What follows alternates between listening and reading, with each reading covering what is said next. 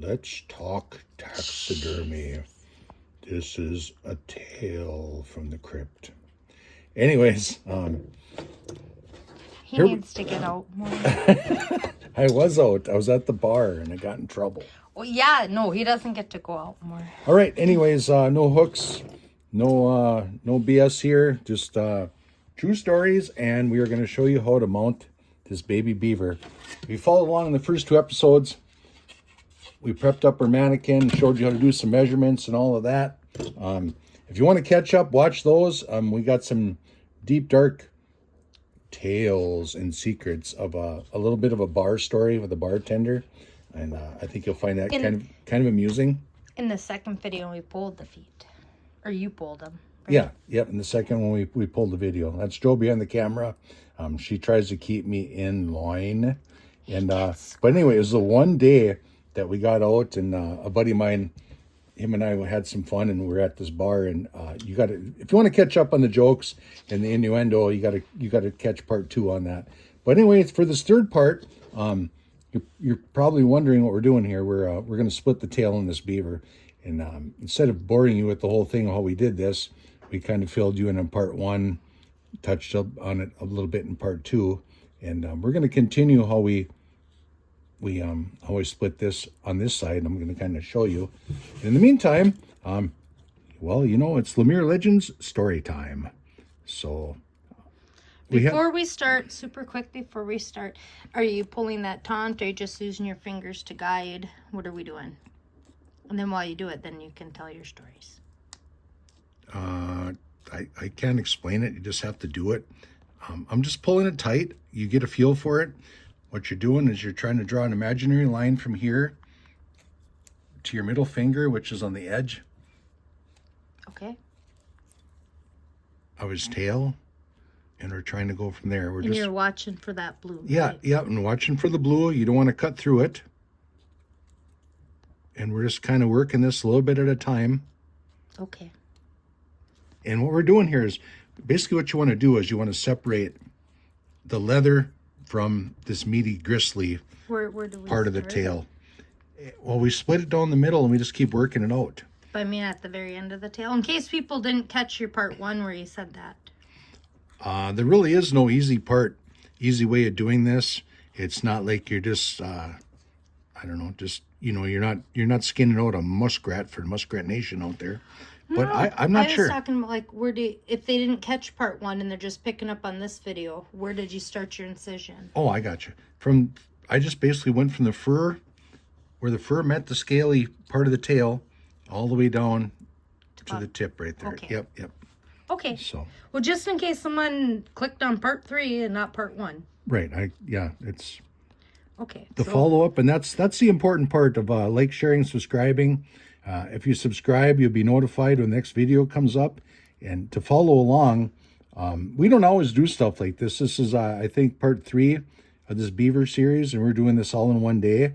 And, the next part of fleshing and the tanning might not be for a week or so, but that's part of taxidermy. That's how we do it, and that's how I chose to roll on this. We're off to the next thing, and then you get back to this, and we bounce around. And, well, speaking of bouncing around, we work on this here a little bit.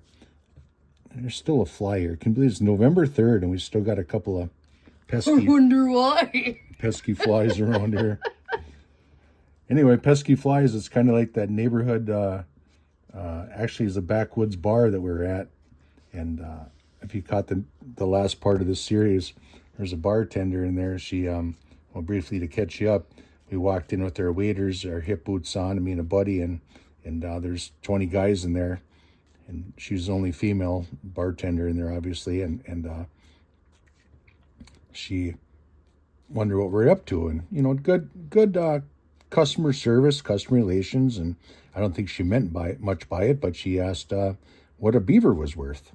And I was kind of dumbfounded, and all these guys are looking at me, looking for an answer. And I asked in the last video for people to make a comment on that, and we'll leave it at that. You have to catch up on what happened there. But so anyways, that I thought kind of blew by and whatever. And she came down, and I think at that point everybody knew what was going on after a little while, that she was playing games and trying to liven the place up, which it really was after that question and seeing the expression on my face. But then she came down and she started. And she then said, "How do you trap a beaver?" Well, I couldn't help myself. So I said, well, you got to have the right scent and green wood. And at that point, I think about half of the patrons in there spit their beer out on the bar. And I don't think that worked out quite the way she thought it was, because she had a lot of cleanup to do, but she asked for it. So, anyways, yeah, it was interesting. So back to this. I didn't answer on the rest of that. Then I thought that was a truthful and honest answer. And drop us a comment and tell us what country you are from, and if you have beavers in your country, trappable ones, and we're gonna go on from there. So please keep it clean, and we're on the struggle bus. Mike can be a little bit of a dork. He takes everything. I mean, you hear him joking all the time on his videos, but he's a pretty literal person. So when someone asks him something like that and they're joking, he's all serious about it. Yeah, well, this is how you do it. He don't even understand the words coming out of his mouth at that point. Yeah, and what he's leading it into. Yeah. Sometimes we're on the struggle bus around here, and we just figured we'd just try. Like I said in some of my tax return videos, time is money, and marketing and being prepared is the name of the game. Well, when it comes to stuff like that, you're not prepared, and it happens. So, anyways, back to what we're doing here.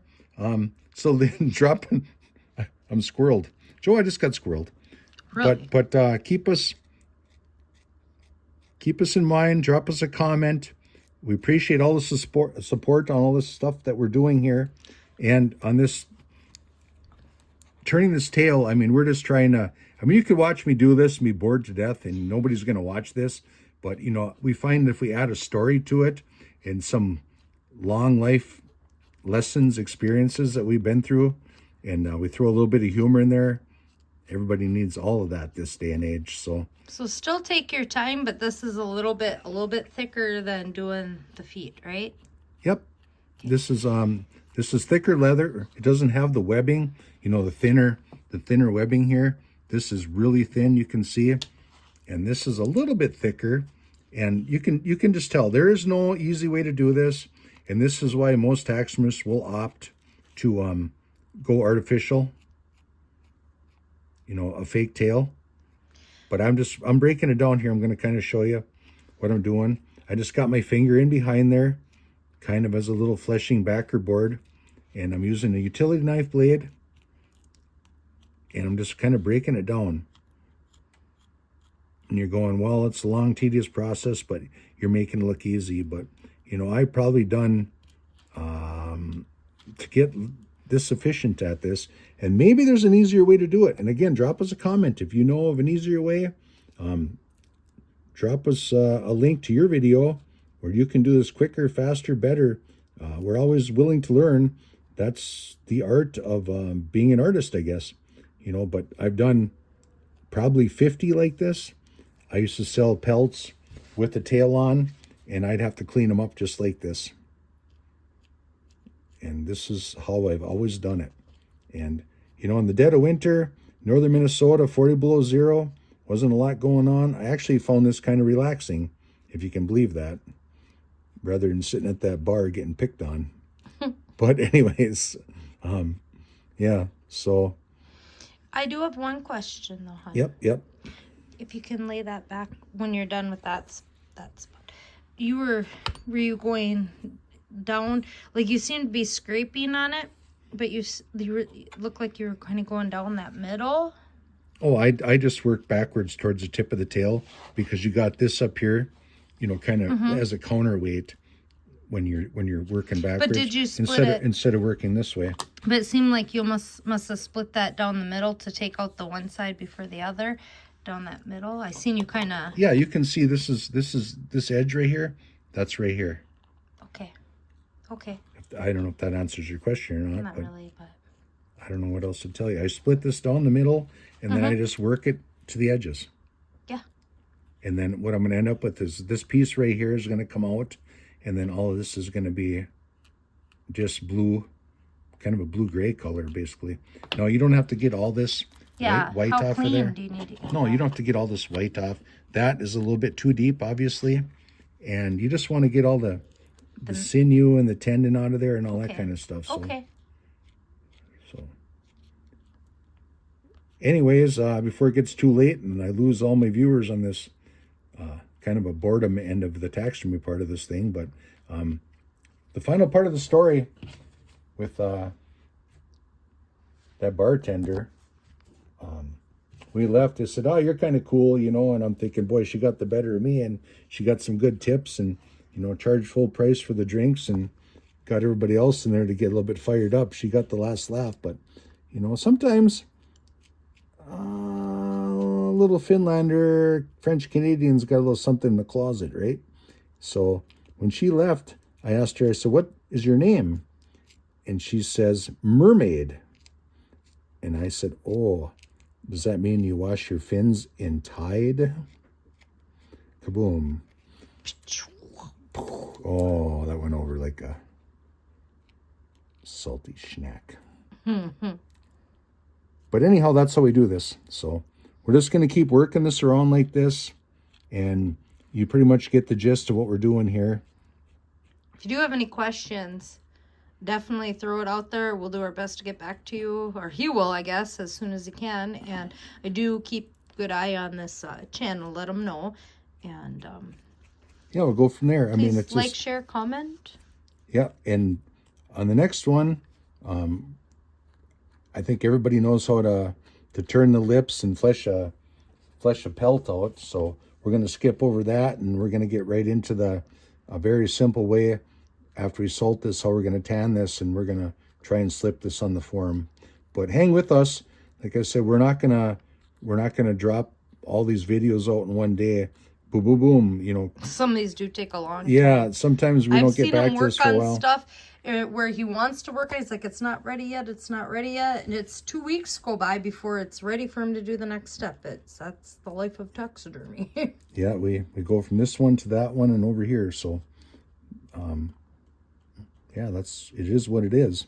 But we appreciate your support, and trying to talk and concentrate. Kind of a little critical little point here, so I don't rip a hole right where the fur meets the tail.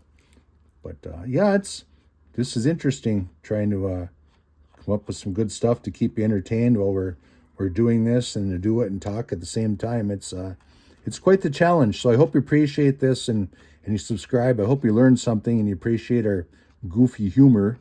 But that's who we are, and this is the lives we live. Our lives we live. So anyhow. Okay, he's had enough footage for today. No footage. Bye-bye. Gosh. Catch up with you later.